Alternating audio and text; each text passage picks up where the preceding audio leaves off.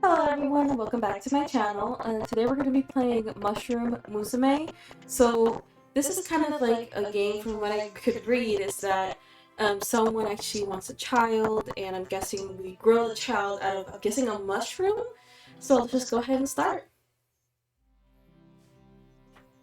Once upon a time there was a humble recluse. Though they had no need for society, they did often find themselves home to a loneliness that they could never quite shake. In the morning the sun would rise, at night it would set. The recluse would observe this splendor, knowing that the sight would be made all the more beautiful by having someone to share it with. It wasn't that they desired a relationship. Perhaps it was a flame that had burned them too many times, or perhaps they were simply disinterested. No, a child. That's what they wanted. Someone to take care of, to teach. Unfortunately, it was a longing that could not be found, not in those woods alone, but these woods alone. However, we are never quite as alone as we think, are we? One day, a witch appeared, as if drawn by the intensity of the recluse's desire. The lumber that the recluse had spent the morning gathering slipped through their hands as they spotted her, the witch of the woods. She began to speak. You desire a child, yes? For some, those are quite easy to come by, but not you, it would seem. Let's make a deal, then. If you do the three simple chores for me, I will present you with a daughter of your very own. The recluse, caught up in the moment with naivety, quickly agreed. The witch, knowing that the recluse was destined to accept, simply nodded and began to deliver the first of these so-called chores without hesitation. Okay, this is actually getting pretty interesting. There have been some activities I've been meaning to get to. Perhaps you can make yourself useful and cross one off the list for me. Not realizing they were simply saving the witch some time, the recluse determined which tasks they were most suited for. Choose. Okay, I'm guessing we're just choosing which chore. Organize a surprisingly understated collection of keepsakes. Restock a selection of unsettling components. Test a selection of elixirs of quality. So not that one. Let's do this one. Why not see what the witch's most prized possessions look like? It's not like they would ever get this chance again, after all. The recluse spent a quiet afternoon carefully unpacking and rearranging her belongings, silently speculating to themselves about the sort of life this witch has led. Arriving back to their meeting point, the recluse was excited to report their progress to the witch. Ah, very good. How kind of you. After quickly wiping themselves down, the recluse returned to their hut to the remainder of the night. The second day. The recluse slept more soundly that night than they had in ages. Having a purpose again soothed them, even if they found themselves caught up with a witch. They elected not to think about that though. Instead, when the morning came, they simply did what they had to do, which is to say, they got up and went to meet the witch. Upon watching the recluse's approach, a sardonic smile lit the witch's face. I don't know what this is, but I'm scared. You completed your task admirably. 2 more, and I can finally give you what you want. What is this? Music box. And I guess colors. Versus nothing. Okay. She paused for only a moment before delivering her next message of import. It is important for a young person to be well grounded in this world, I hear. Bring me a jar of soil to help with this process. Keep in mind that not all dirt is the same, though. Consider the source carefully. Soil? That did sound somewhat magical, the recluse supposed. Left with the vague prompt, they considered their options. So I can choose a quiet graveyard, the witch's own front yard, a barren spot of the forest long since struck by some invisible ailment. I feel like it would kind of be like an undead if I choose this one. Maybe someone magical. And I'm not really sure about this one. Let's go with, I guess, magical. Well, the witch wanted dirt, and dirt was there. Was an ambiance. There was ambiance. Besides, perhaps there was some ambient magic property in this area that the recluse was simply not aware of. Or at least that's what they told themselves as they finished their task the quickest and laziest way possible. Yeah! Arriving back to their meeting place, the recluse was excited to share the selection with the witch. Tell us what you picked, eh? Very well, it shall do. Feeling the need to scrub their skin, the recluse retired to their hut to cleanse themselves. Okay, the third day. With 2 assignments complete, the recluse would feel their excitement grow. If this witch was being honest, and for some reason they felt that she was, then that meant that this could be the last night they spent without child. They hoped so, at least.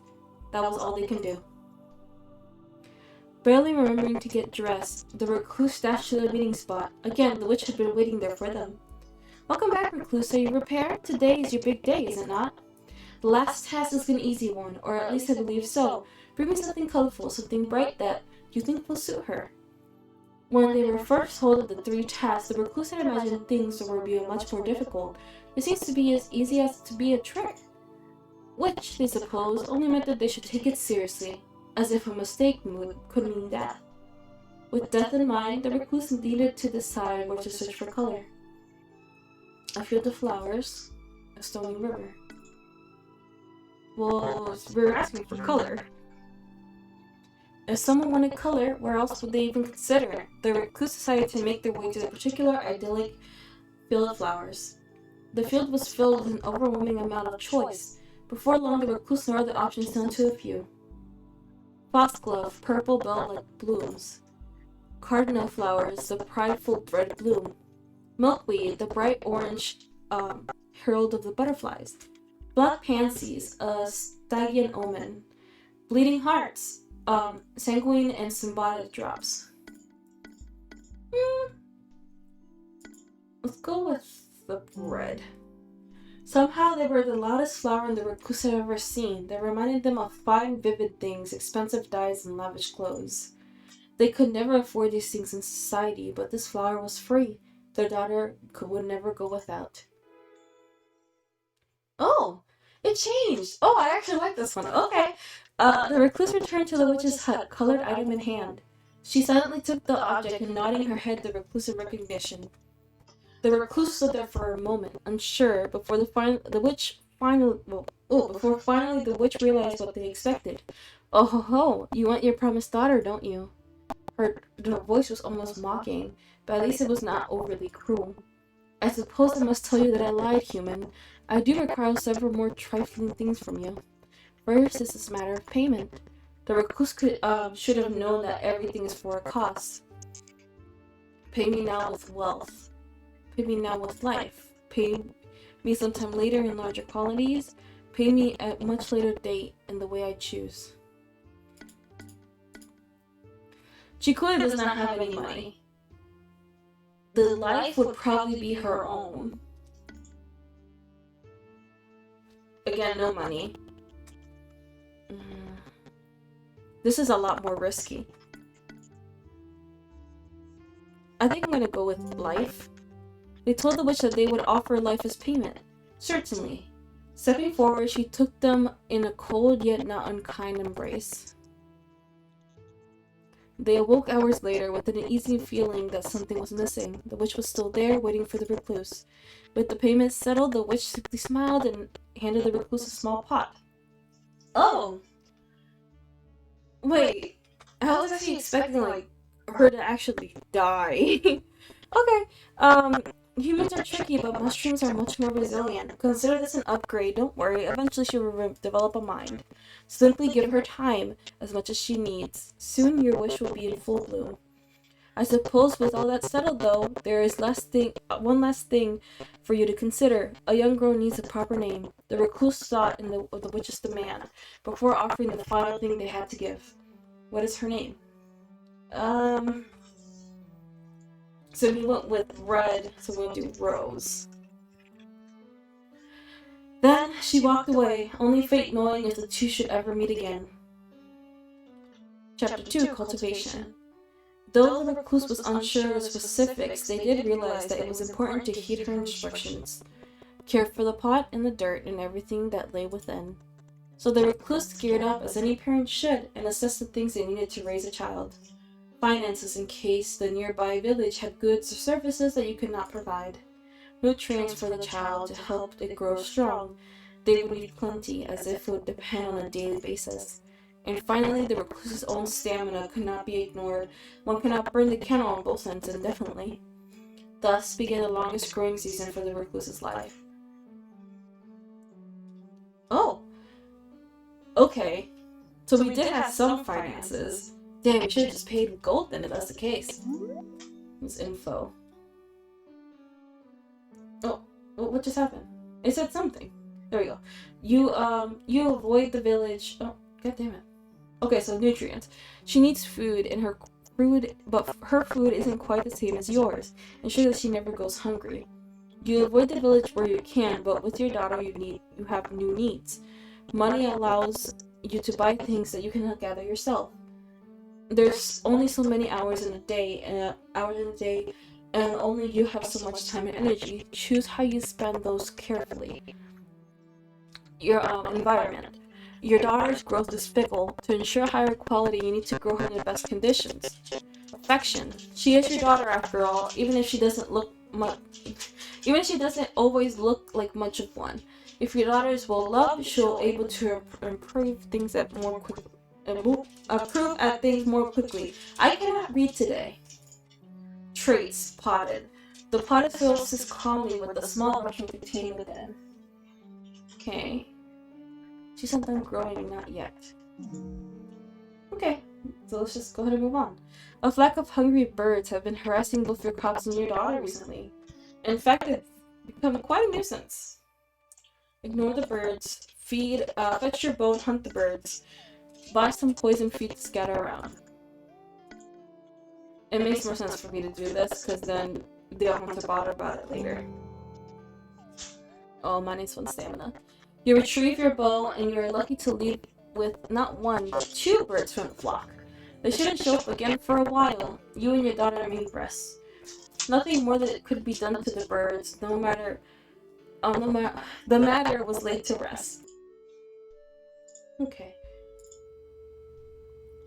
You haven't been taking good care of yourself, and you find yourself so worn out that even leaving the house is a challenge. If you continue on without regard of your own stamina, you might very well die. Stay in bed today, you need rest. You sleep when you're dead, which may be very soon. That's info. I mean, she's perfectly fine, so I feel like we can sleep for a little bit. You'll be no use to your daughter in this state, so you decide to spend the day resting. Sitting in bed, you think about your daughter and all the tasks you get done tomorrow. Decision being made, life continued. Oh my gosh, his little face! One day you awake and suddenly discover that your mushroom has gained enough limbs to propel themselves around the house. The creature toddles on uneasy legs, pumping into objects noisily, and a cute face now shows a vacant expression. Let's look at it. Oh. What's this? You have seen mushrooms before that have a certain special gleam. Your daughter does not yet have this gleam, but she could if you raise him right. Same thing, I'm guessing. Yep. Oh, my daughter. I don't know. That's the same thing. Mushroom creature. The mushroom has grown some extra limbs and is a bit ambulatory that you'd expect. Huh.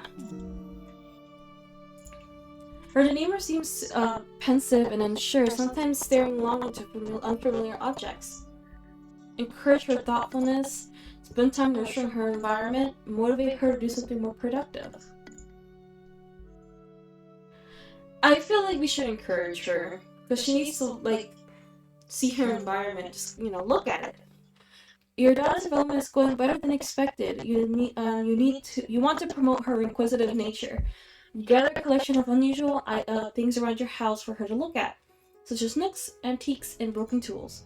She continues to observe the things you bring for her for long hours, seemingly finding some enrichment in the activity.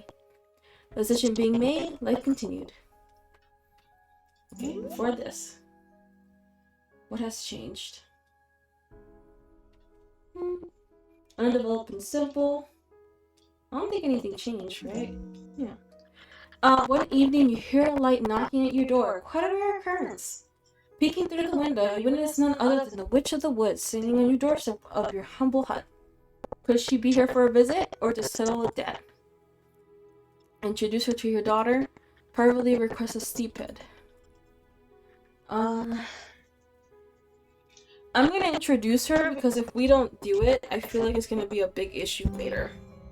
Perhaps it was time for your daughter to meet the witch. She could maybe even learn a thing or two. The two of you answered the door and invited the gloomy woman inside for a dry and awkward small talk.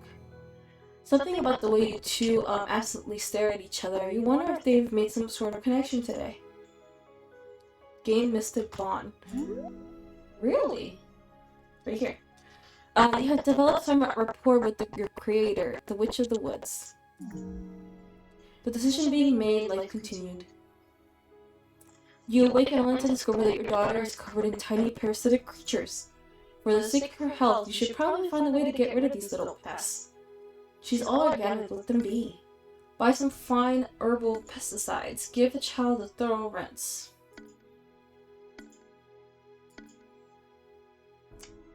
We got money, right? No, right? Yeah, we have 8. Was that us or is that her? I think this is us. So 8. Okay, that's like 4. Okay, so I mean, we're good. During the potential spread of the disease, you decided to seek some strong elixirs from the local apothecary. When you apply the potion, it seems to instantly absorb into your skin. It lends a healthy shimmer and exterminates the bugs. The decision being made, life continued. Sometime later, we got a treat. One morning, you notice that your daughter is nowhere to be seen. After an hour of searching the nearby area, you find her sitting alone in a familiar clearing. To your surprise, the creature had now taken the form of a young girl. You feel relieved to confirm the witch hadn't betrayed you. At your approach, she turns and smiles at you before continuing to thoughtfully stare into space. Sit with her in silence. Buy her a nice gift to celebrate. Tell her it's time to go home. Sit with her. You do wonder what your daughter is thinking about so intently, but decide not to disturb her. Taking a seat next to her, you appreciate the beauty of the forest and spend time thinking lovingly of your daughter. After nearly an hour, she stands up and heads back home, seemingly finished with her introspection. The decision being made, life continued. Let's see how she looks like. Oh, she's so freaking cute! Environment, excellent in quality. Great! She's whimsical and personable. Child? Child? But okay. Despite her rocky introduction, your daughter is as civil as any human child now. Aww. I'm getting kind of attached. Fuck. The harsh weather has taken its toll on your garden, and your entire harvest has been lost. Weeks' worth of food and labor have been rotted, destroyed. Without immediate action, you and your daughter will be in trouble later down the line. Accept the loss for now. You can make do, till the garden again, and start over from seed. Make your daughter tend to the plants. Time is tough. Offer your daughter some old food. Maybe she'll like it.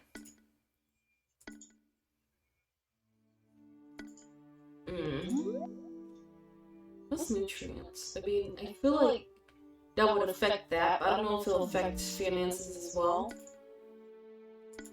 Because we need to start over. There's no reason for me to give her like something bad, and it's gonna be even worse. Making her do it is gonna make her upset. She's still a child. Let's start over. No use of crying. Oh, we got more nutrients. Okay. No use of crying over ruined crops. You simply make adjustments to your garden. There'll be less variety this season, but you'll live to see it. That's all that matters. The decision being made, life continued. Looks like did something change? No, we're good. The weather is nice and you're feeling up to doing some foraging today. It may be easier if you focus on something specific before you head out. Take your daughter foraging mushrooms. Take your daughter foraging river plants. Leave your daughter at home and go without her. Send your daughter out alone. Oh, hell no, I'm not gonna do that. Let's forage for mushrooms. Okay, it might be better for her to eat mushrooms, because she is a mushroom. Ooh, I got 1 stamina left. Okay. As you search the forest floor, you teach your daughter about the different mushrooms. She asks if that's what she looked like as a baby, and you're unsure how to respond. Suppose you're glad to teach the girl about her heritage. Oh yeah, I completely forgot you did come from a mushroom, so that is teaching about the heritage. The decision being made, life continued. An end? One night, you find yourself struggling to sleep. Your mind wanders as you consider the current place in your life. You've lived peacefully with your daughter for many moons. Initially, it was strange. Well, it never stopped being strange. You were always thankful for the company. Besides the affection you felt for her, it was like any parent would feel towards their child. It was normal, at least. Your thoughts turned to the concept of time, particularly how you were once alone and how you were afraid that you will be again someday. Your daughter has had more and more curiosities about the outside world. It's only a matter of time before she must strike her own path. You hope you will be fulfilled now. You hope you're done enough. Ultimately, you find comfort in what you've done. You may have had many failures in your life, but there's one thing you know you can die proud of. Oh, the daughter! And a new beginning. Wait, I can't see the trait. Telling the recluse that you wanted to see more of the world wasn't an easy conversation. Oh, the mushroom grown out! As they grow older, you worried about leaving them on their own. Thankfully, concerns were unwarranted. They were happy that you had grown enough to want to move out. They even offered to help you build your own home. Close to theirs, you were welcome to visit any time, obviously. Faster than you would have anticipated, the two of you built your home together. They showed you all the tricks they knew and made sure to impart as much knowledge as they possibly could. Finally, the day arrived. You were officially on your own. You were scared, a little, but also excited. It felt like a new chapter was beginning for you. Loving parent. Chapter 3, A Girl on Her Own. Oh! A strange slime associated with witches. Rose, common red witch's butter. Dampness 20. Potency.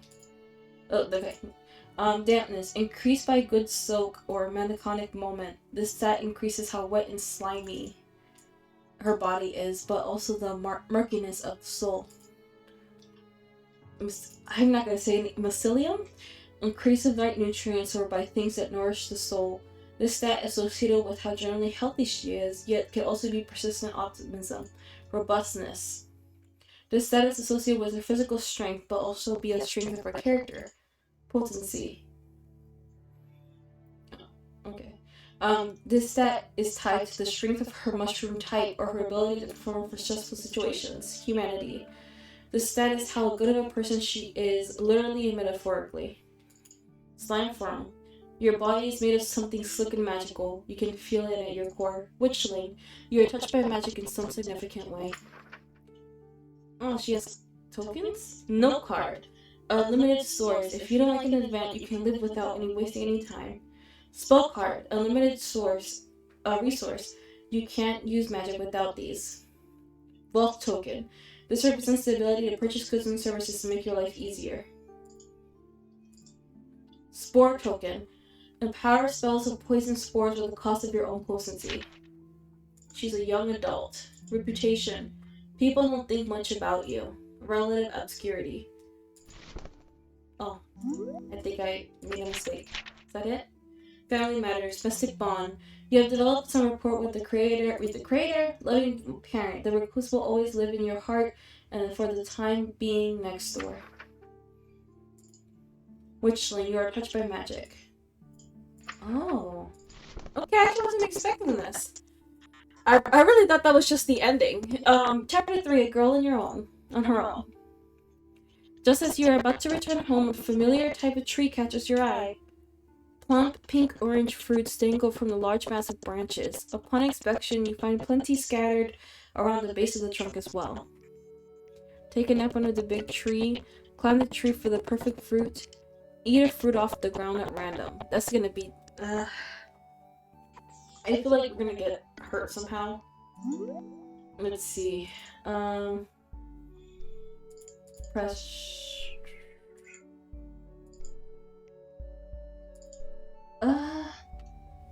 I'm worried she's gonna fall, though. Let's do it. Oh! Yeah! I got so scared for a second. Finding some decent footholds, you push yourself up into the branches. After climbing around for a bit, you spot the shiniest, fattest fruit you've ever seen. Keeping the slimy grip on your position, you reach out and grab the fruit. Victory is in your grasp! After admiring the view, you climb down. Now it's time to savor your prize. You enjoy it on your walk home, admiring the subtle sweetness. As you go out to forage mushrooms one evening, you find a large batch of edible shrooms gathered near a stump. Unfortunately, upon inspection, they are infested with countless small worms. Watch the wriggly little guys for a bit. It's added protein, right? Gather the shrooms anyway. No. Try to find a slightly less infested batch. Gather up the worms. It could be something that could be useful later. Yeah. Thinking about it, you're sure you can find a use for these worms. Pass. Perhaps it could help decompose waste or maybe even fish bait. You carefully start to pick the most wormy-coated shrooms. You head home that day with a wriggly stack of worms, not to figure out where to store them. Oh, you got so scared because of the music. One day, without realizing it, you had stayed in the village much later than intended. The sun has finally set and the darkness has enveloped all. Thankfully, you are fully capable of taking care of yourself. You know the sun well, and the lack of sun does not change that. You decide to take a shortcut through an alley, but to your surprise, there are others there as well. Quite a few others, in fact.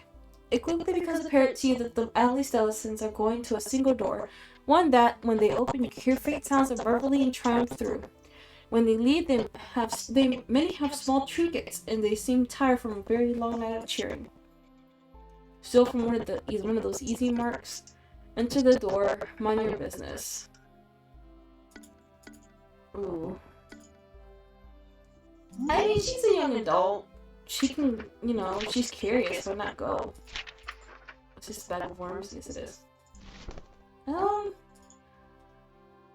Let's go. After a while of spying, you get the impression that people are free to enter. Your people, basically, so you figure it's safe to investigate further.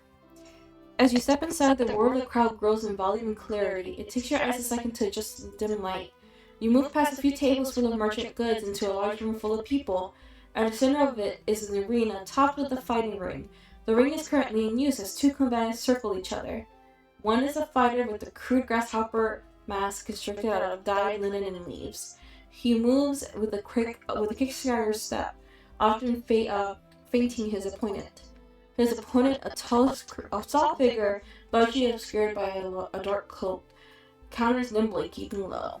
You watch as the grasshopper man grabs the cloak, using it to pull his opponent around the ring. You find yourself drawn towards the crowd. The mood of the fight is simply intoxicating. Before you know it, you're whooping and hollering with the rest.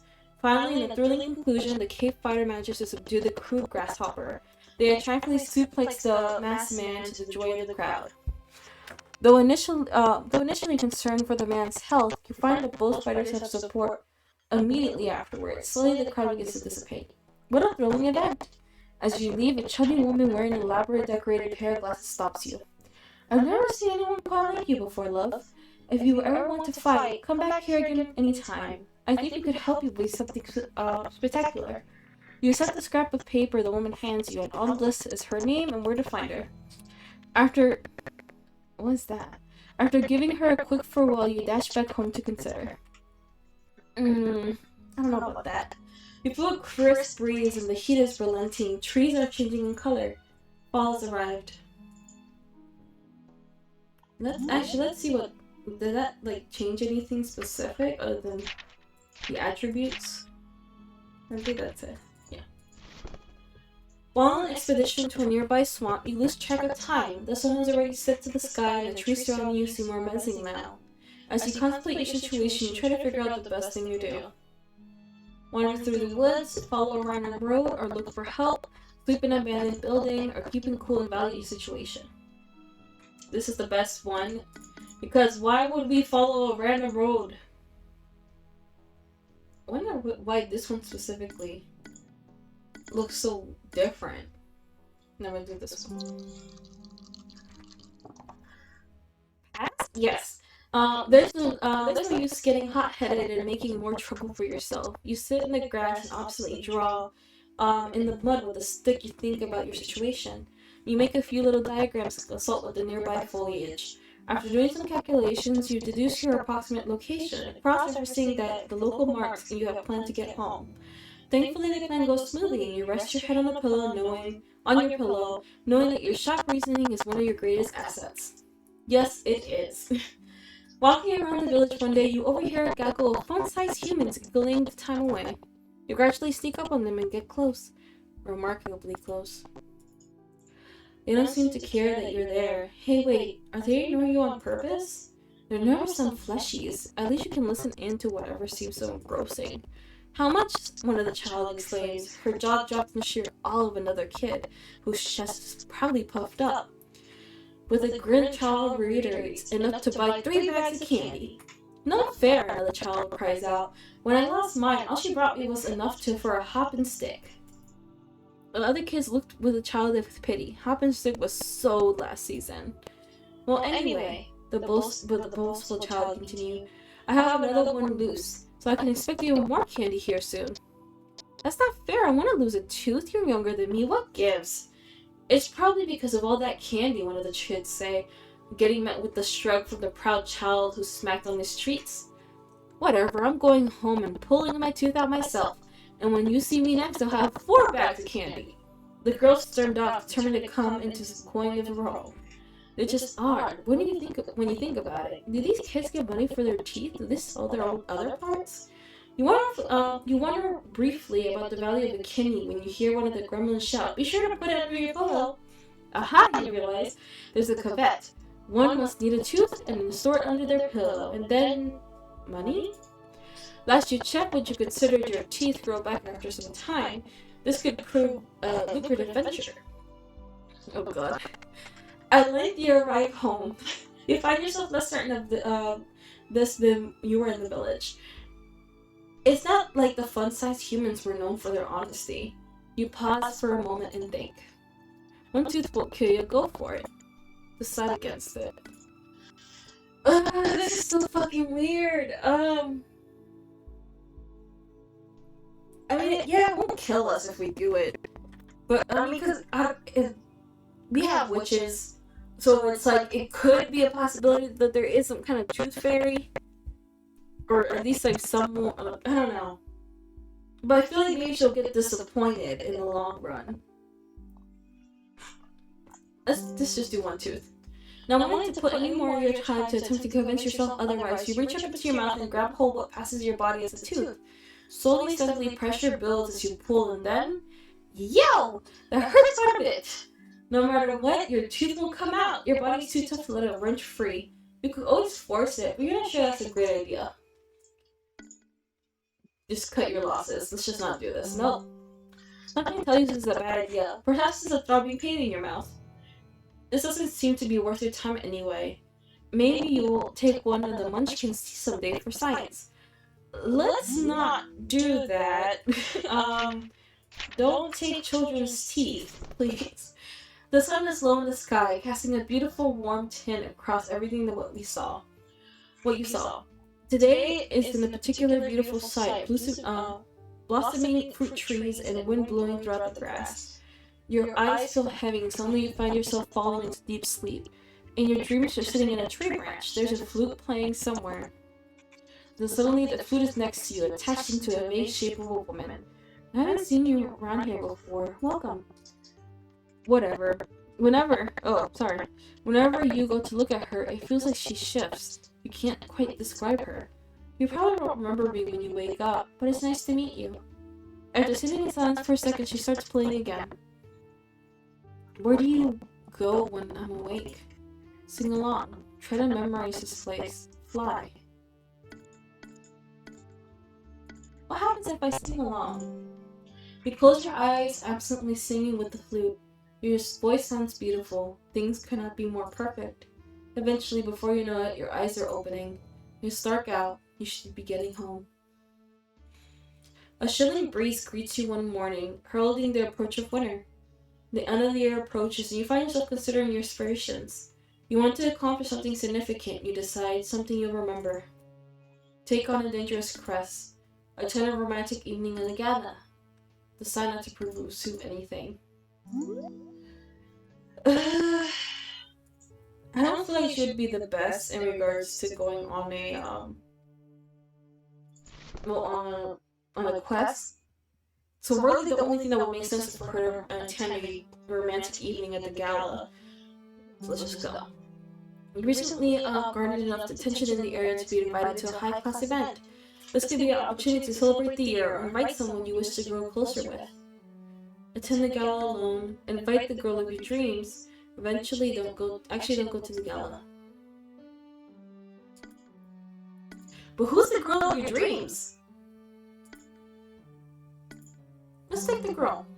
You consider straight sure you had one. A woman was there, you think. For some reason, you set your mind on finding her. There's no one else you'd rather attend with anyways. The gala isn't until the end of the year. You will have plenty of time to prepare yourself. So we're going on an adventure anyway. There are many things about this world that surprise you at every turn.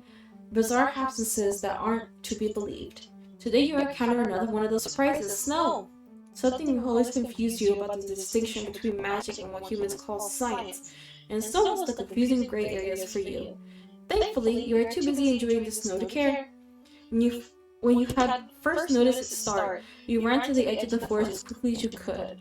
You love the woods, but trees have a pesky habit of blocking the snow. And as the trees begin to thin, you can make out the others that had the same idea as you, humans of all ages running and playing about. As you walk around the edge of the village, you see plenty of ways the humans react to the snow. Some are taking the snow off the ground and pressing it with their hands only to throw it at each other. Others are rolling in the snow across the ground, creating spheres of a variety of sizes. You are shocked to see them stack and decorate those orb monoliths to resemble little snow humans. Finally, some did not seem so satisfied with the snow. Some were stuck with shovels trying to clear the snow from the pathways around their shops and homes. After getting an overview of what the others were doing, you decided to want to participate in the activity known as snow as well. Help others, join base combat, create a stunning snow mushroom. Let's just let her have a little bit of fun. 10. Okay, we're good. Something about these being made of snow fascinates you, and you can't help but watch in awe as a child carefully dots the snow creation's face with two stones forming a pair of eyes. It's simple yet bewitching. You simply have to try it. You stand in your group, carefully watching how the humans do it. With the new intel in mind, you begin to roll spheres of your own. After taking careful consideration of your own proportions, you finally decide you have the correct number of orbs to recreate your fungal form. You make careful work of stacking them on top of each other, creating a stack of balls exactly the same height as yourself. Finally, you move on to the detail work. You custom the figure, making her resemble yourself. In the end, you find yourself looking at the girl that looks like you, but made out of snow instead of magic. You wonder what would happen if the witch were to come along and give her life. Having a snow sister would be quite cool, you think yourself. Caught in your thoughts, you nearly miss that the villagers are all struck by the beauty of your creation too. They ooh and ah, and they find yourself quite proud of your work. You can't wait for it to snow again. Sometimes when you lay down to sleep, you find yourself remembering a dream you had. There was a woman there who said you probably wouldn't remember her, but for some reason you do. In fact, so much that you would like to see her again. You know that she's not real, but there's something fun about that, you suppose, an imaginary friend that you visit, like a real one. One day you make your way into the same spot you first met her at, a meadow with the flowering trees. In your hands you grasp a flower, a polite request for company. You're not sure if it will help, but it's the only thing you can think to do. Then finally you just fall asleep, in time and easy feet. As you wait peacefully, you hear a sound you recognize. I'm impressed most people don't think about me twice.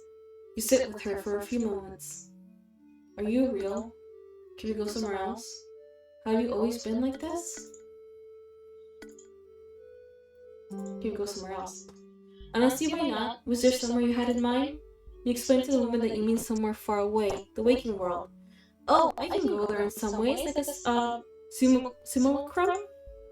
But why would I want to go there, go to the real thing anyways? I'm already here. You're with me too. You decide to appreciate the view. It's partially what you came here for anyways. The rest of your dream is pleasant. While out running errands, you find that the town is much more active than usual. Through some chance encounters, you get to the impression that some sort of traveling festival has been set up outside the town. Looking around, you do happen to spot a few people in the vibrant clothes. Out of curiosity, you follow them towards a gathering of colorful tents. As you stand there gawking, you get the feeling that you've wandered into a trainer's living area, rather than finding your way to the show itself. There are some people practicing a routine, people tossing colored rods back and forth, a man sharpening knives, as well as a large number of other artistic activities. A fresh and colorful clothed couple rehearsing, get a closer look at the jugglers, talk to the man wearing a sparkling cape, ask a particular muscular human of training tips, ask the man about his knives. This one says spell. So, if I remember correctly, how many more do we have? Spells? Yeah, 3. I feel like maybe we'll get something out of this, so let's just do it. Some kind of manner of enhancer. Oh, pass. You definitely need to check this out. You approach the caveman doing tricks. As you get closer, his attention is immediately drawn to you. He greets you with a deep bow and a subtle wave of his hand. Would you like to see some magic, milady? You ask, being a creature of magic yourself, you decidedly accept his offer of a little show. The man does a couple of flashy tricks, and you notice that they're all based on a sleight hand, not real magic. You bring this up, then cast a small bit of sparkling magic yourself just to show off a little. The man is taken aback at first, but grins. Oh, so you are a mage as well? Let us exchange knowledge. I promise I can show you some real tricks. The two of you compare magic for a bit, and true to his word, the magician shows you some minor illusions to add to your magical repertoire. This is a lot more than I thought. I really thought it was just going to be just really making a daughter, and that's it. I didn't think that we were actually going to beat her for a little bit. The winter gala draws even nearer, and you realize you have work to do as your date if your date is ever going to happen. The woman you have decided to invite is strange, otherworldly. To go to the ball with her, you have to find her. Go to the library for research, try to find her in your dreams. I feel like this is the only way we're going to be able to find her, so let's just do this one. You only have met her once, but the thought of her sticks with you. You're sure that that's worth something. The night before the ball, you take a flower with you to bed. In time, you can feel yourself relaxing, and sleep takes you easily. Oh, we failed! Damn it! Several hours later, you awaken in the dreamless drat. You suppose you have options. Go to the gala without a date, simply get up and go to sleep for real.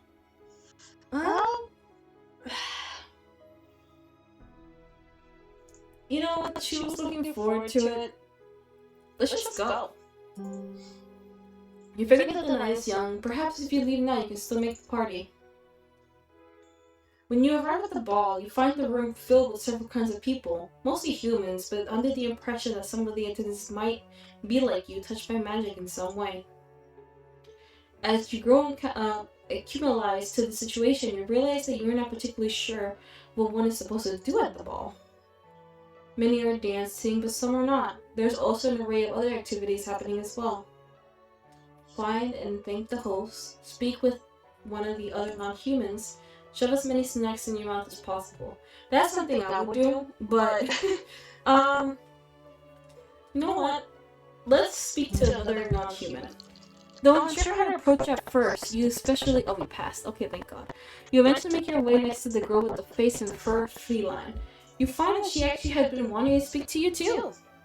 The two of you find yourself in a lively conversation, discussing your many similarities and differences. At one point, she mentions that she was created by a lonely witch.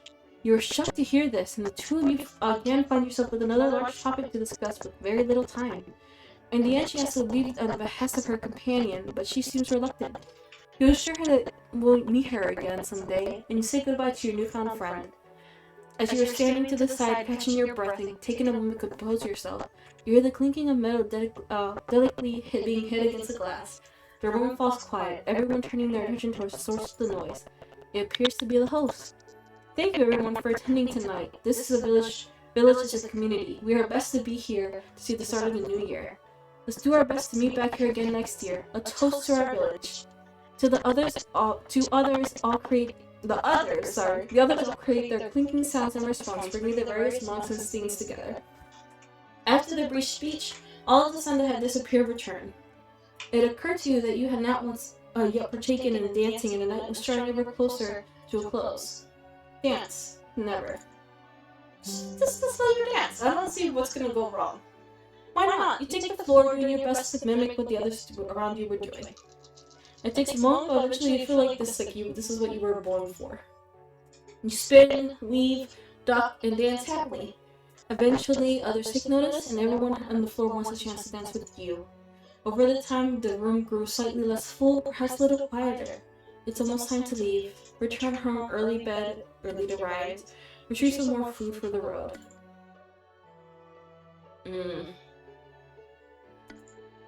Let's just get some food. You're about ready to go home, but you decide that there's something wrong with loading up a little bit first. The snack tables were within your grasp, and the snacks are now within your hands, as many as your little mushes can carry. Is that a trait, snacks? Wait, is that an actual trait? No! Who was that? Oh, it's a little snack thing. You have acquired a bounty of human snacks. A few people give you a funny look on your way out. You don't particularly mind. You won the grand prize, human snacks. Hell yeah. Your luck is pleasant, you find yourself glad you attended. As you grow older, you look back over your life. You think about the witch who created you, and you can't help but wonder if everything met her expectations. You wonder if you were the daughter your parent had hoped for. Ending after all this time. You're all grown up. What does that mean? That's it? I guess that's it. I mean, I didn't do anything crazy either, but minor illusionist. You learn to channel your magic to the illusions to fool others. Oh, so these are different ones that you could have done. Oh, okay. I guess that's the end. Well, I really enjoyed this game. I really wasn't expecting it to be like this detailed when it came to just like having to actually live like the girl and actually having to make choices for her as well. Well, thank you so much for watching. I might actually play it again, maybe with another girl, another mushroom girl, because it felt really nice to actually just go ahead and just play something very casual. So thank you so much for watching, and I'll see you guys next time.